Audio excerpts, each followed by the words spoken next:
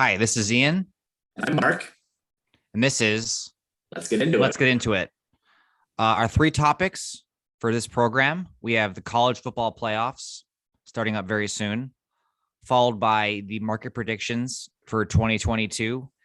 And lastly, as a little bit of a wild card, Mark and I are going to be talking about the year in review in terms of some books and some movies. So without further ado, Actually, I'm going to pause you with further question. Ian. Before we get too deep, we recorded a pilot episode about 2 or 3 weeks ago. So does that make this episode 1 or is this episode 2? How does that work? For me, this is a solid episode 2. I think this is part of the canon. This is the Revenge, the Phantom. This is any of the adjectives you want to give it. This is number 2. This is a deuce. All right. So here we go. Yeah. So as we have a beverage of choice as well. So Yep. Something Mark and I want to do is we want to highlight our love of the craft brew industry. So Mark, what are you imbibing in this evening? I have Crop Duster Citra IPA. Saw it at the local. Look at that Crop Duster IPA. It's from, So that's from Grand Haven, and luckily it tells me everything right on it that I can tell you. It's smooth. It's smooth bodied. With a name like that, I wasn't sure. Yeah, American IPA, 7.3%, and cool art. It's like an airplane. Crop Duster, Nice. Hop Dopper. So yeah, I'm gonna be good. What about you? So what I have for this evening is I have a Hop Avenger IPA from our friends at New Belgium Brewery. Classic. Yeah. 7.5% possibly. Just a classic IPA. So pretty much in keeping with my my favorite here. So cheers. Yeah, cheers. Here we go. All right. So as previously mentioned, our first topic for this evening is the impending college football playoffs. We have Alabama and Cincinnati. They're our number 1 and 4 seed. And then we have our Michigan Wolverines taking on the Bulldogs of Georgia. That's your 2 and 3 matchup. So those are the top 4 teams. That's where we're at right now. Thoughts? Yeah. I'm good for Cincinnati, right? I mean, huge. This is really the first time we've had someone outside the Power 5 conference even. Well, they're in. Usually there's somebody knocking on the door, but the committee has been pretty much not interested in playing ball, so to speak, with anybody outside the Power 5. They earned it this year, or is this like a 2-year resume? So I guess is this because it's been a long time coming, and eventually the public at large would be like, hey, someone else has got to get in besides Alabama and Clemson, although Clemson this year didn't make it. Well, they were undefeated, which is obviously what you have to be if you're not in Alabama or Ohio State. You got to be undefeated, clean slate. They did beat Notre Dame at Notre Dame. That was the program's that was their signature biggest win. Right? Yeah. Yeah, and maybe the committee is playing catch up a little bit in terms of there have been some teams that arguably had a resume that was worthy of the top 4, but didn't make it in because TV ratings, fan base. I mean, this is about money at the end of the day. Unfortunately, no matter what you say about the college sports athletes. So Cincinnati doesn't have the fan base to travel. They're not going to be putting up the huge numbers. Possibly. So the proposed solution is going to be expanded playoffs, right? That nobody ever gets left out. Yeah, I mean, you really can't go less than 4. 4 is a magic number in terms of you get 3 games out of that. But with 5 power conferences and 4 teams, someone's always left out. Sometimes potentially that means someone who had a 1 loss but didn't even make their conference finals. Sometimes it's a conference final victory like Alabama, who had previously lost to Georgia. I think so. Comes back and beats them. How many years is it going to be until the playoffs expand? 2 years? 5 years? Never? It's going to expand. Right?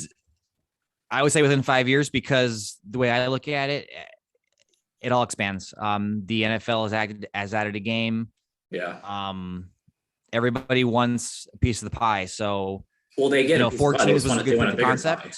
The bigger pie. Yeah, exactly. I mean, there's always a few teams that, you kind of wish, I wish I had seen that matchup. And with 4 teams, there's no wiggle room really. So, and that's the argument, right? It's for the players. Right. I mean, if you look at the 7 years we've had this, 7 or 8 years rather, Alabama's been in 7 times, Clemson 6. And then, there's a hodgepodge of 1 and 2 and 3 teams. So, I mean, Michigan, this is the first time Michigan's even made this fairly new system. This is their inaugural time at top 4. So yeah. Back in the 2000s, they may have had a few more, but since it is only 7 years old, like you said, yeah.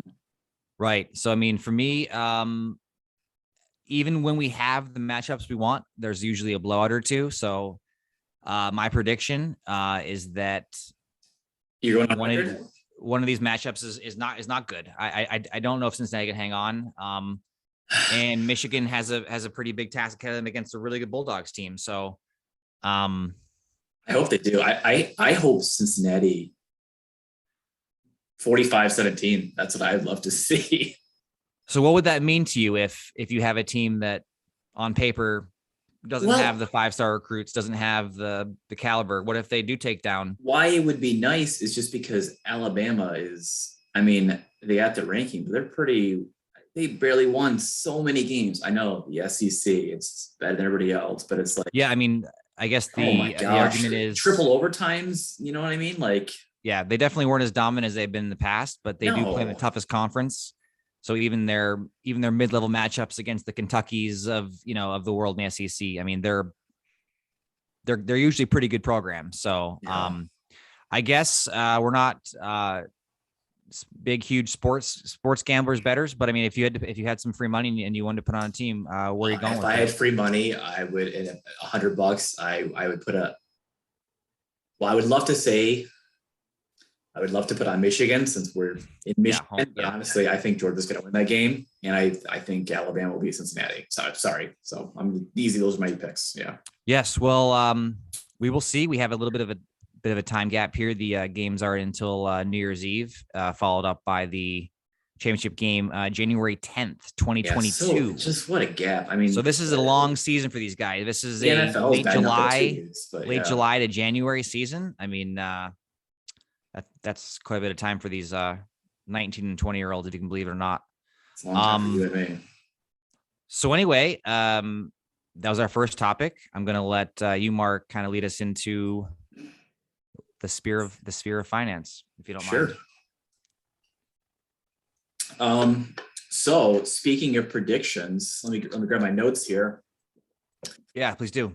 Yeah, all the big players have been predicting their market 2022 outlets, and if you follow any of the YouTubers or podcasts, everyone's predicting a crash. It feels like, is that what you're seeing? Everyone has a sort of dire kind of, the sky is falling in Chicken Little prediction.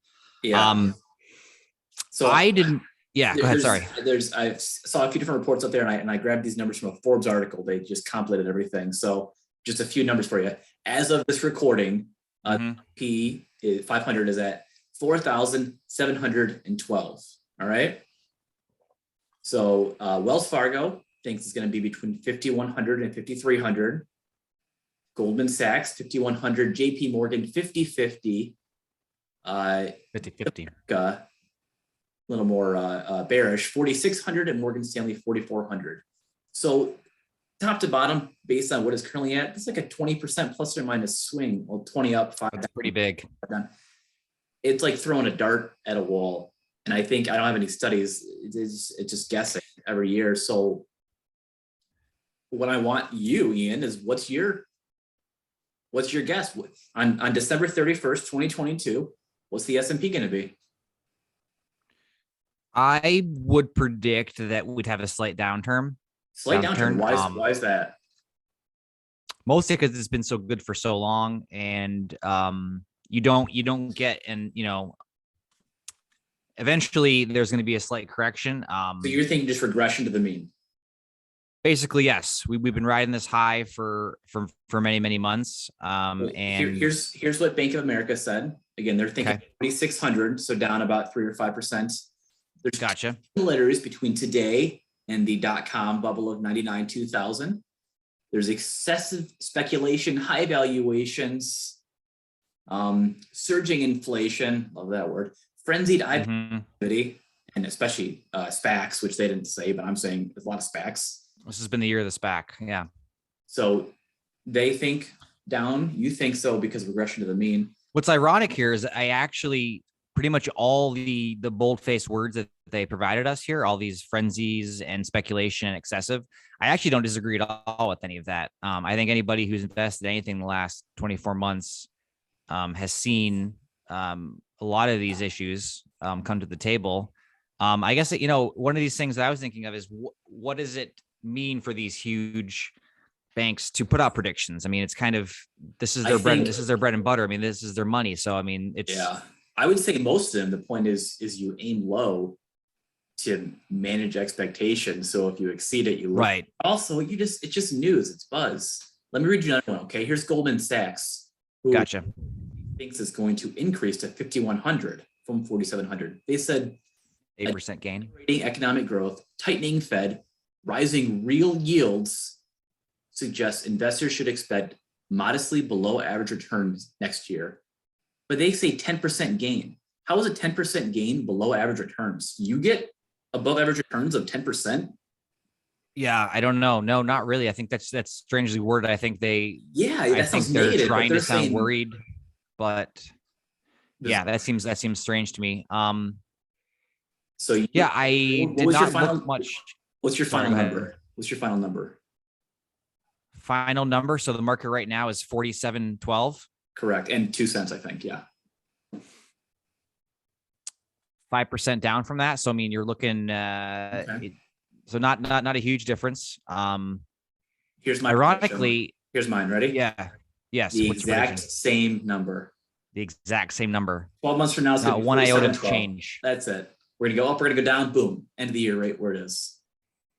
Yeah. I do wonder if, so, full disclosure, last year, I wasn't quite as invested and involved with the whole ecosphere of reading all these reports. So I don't know if at the beginning of at the end of a year, at the beginning of a new year, I don't know if this is the typical kind of language and the typical kind of way that they go about doing this, but everybody seems to have an opinion, and they all use the same buzzwords, but they come up very different answers. Yeah. So it should be really interesting. We're going to revisit the story. It's an annual tradition. We just started, right? Yeah, this is good. I mean, we can start here and then we can, move forward and see is this what they do every year? 10% up, 10% down. I don't know, but it's interesting. It's a huge story. And if you follow finance and YouTube, you'll be flooded with everybody has an armchair prediction, and everybody seems to know exactly what the number is going to be for next year. So time will tell, right? That's our finance advice. If you follow our advice and lose money, don't sue us. We're just guessing. So yes, please don't. Yeah. Thank you. So moving into kind of the wild card, the third topic of 3 topics, 11th. So close to the end of the year. Not so much doing a year in review here from Mark and I, but we like to share with you at least a few books and some movies that we found enjoyable and that we think you guys would like as well. Do you want to start, Mark, with some of the recommendations on your end? Oh yeah, definitely. So your prompt to me, which I slightly misinterpreted, was let's look at the year, pick three books, movies, or whatever your category is. And I interpreted it as one of each because that's my prerogative. So that's what I chose to do. That's how you think. So yes. For my book, I started a new series this year, Brandon Sanderson. I think I have it back here behind me. The Way of Kings. It's like a series. And so I think I've read the first 2.5 so far. Alternate universe kind of fantasy novel. Just fun to read at bed. So The Way of Kings by Brandon Sanderson has been my number one book. Sounds great so far. Sounds great. My number 2 movie is, I saw, I think, only 2 movies this year. And it was, what I tell you? I can't even remember. It's not Munchkins. What's it called? Minions. Not Munchkins, Minions. Munchkins. I saw it with my 2 kids. And that was their first definitely movie theater experience. So just for that reason, they had a fun time. We rented the theater out because it was like $100 to do that, and brought 20 family members, and it was actually quite economic. What a year it's been. Yeah. And then my third one for my favorite podcast this year, of course, this is it. Let's get into it, right? We're syndicated now. This is 2. So top of the charts for you. Yeah, this is it. Yeah, this is the most successful podcast I've ever been a part of. So comment, subscribe, whatever. Well, good. Well, thanks. Yeah, well, thanks for those recommendations. So I've for the last couple of years made a goal of reading at least 52 books a year. A book a week. And I've eclipsed that this year. I'm probably going to finish the year around 60. On leap year, does that throw you off? Leap years are the worst, man. I can't even fathom how I'm going to do it. It's going to throw it all into all. It's not going to be pretty. Yeah. But I'll share with you a couple books. Strangely enough, these were books that I read fairly recently. I do write down every book I read throughout the course of the year, but I'm going to give you 4 right now. Cloud Cuckoo Land is kind of the big it book right now. Anthony Doerr. It is an intense book. It follows 6 protagonists over 800 years. So it's a fair chunk of time. It's a fair chunk of words there he provides, but really fascinating book. Is a book. The title is hell of a book, and you will that will not be weird to you after about 20 pages in. It's a kind of a meta title. That's by Jason Mott. A book called The Matrix, and this is not has anything to do with our friends Lawrence Fishburne and the Wachowski individuals. This is a totally different series. It's actually about a nunnery about some nuns in the Eleanor of Aquitaine kind of time frame. So we're talking a long time ago. Definitely not digital computers. The last book is called. Yeah. So the title I think is actually not. It makes sense when you read the book, but I'm sure it makes sense. It's definitely misleading. Yeah. And then lastly, a book called Abundance by Jacob Guzan. This is a really, tough read. It's about a father and son who literally have about 2 nickels to rub together. And their struggles to basically staying alive in a world without any capital. So those 4 books were kind of the ones that stuck with me. In terms of movies, I Mark, you mentioned you didn't see a whole lot of movies. I definitely didn't watch as many films. But movies that were released in 2021, I did find 2 that I really liked. I like Nomadland. Also a good book. It's based on a book. This is the itinerant kind of Amazon warehouse caravan RV lifestyle. And then probably one that not everyone here will immediately recognize, but it's called Sound of Metal.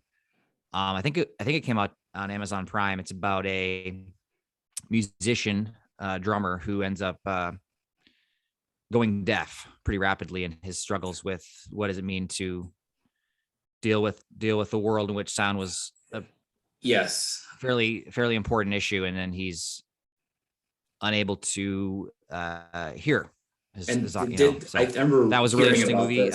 Didn't they like do some interesting things like visually or auditorily? Is that the word? Yeah, I mean, yeah, there are scenes with total absence of sound. Yeah, where you see lips moving and you see like leaves rustling, but there's no accompaniment in terms of audio. Yeah. So this is available on Amazon Prime. I actually think Nomadland also premiered on Amazon Prime, so I'm not sure. This is not like a pitch for Amazon Prime necessarily, but not sponsored. They do some good content. So really those sorry, go ahead. I just said we're not sponsored, unfortunately. So those are the not at all. We pay our dues like everyone else.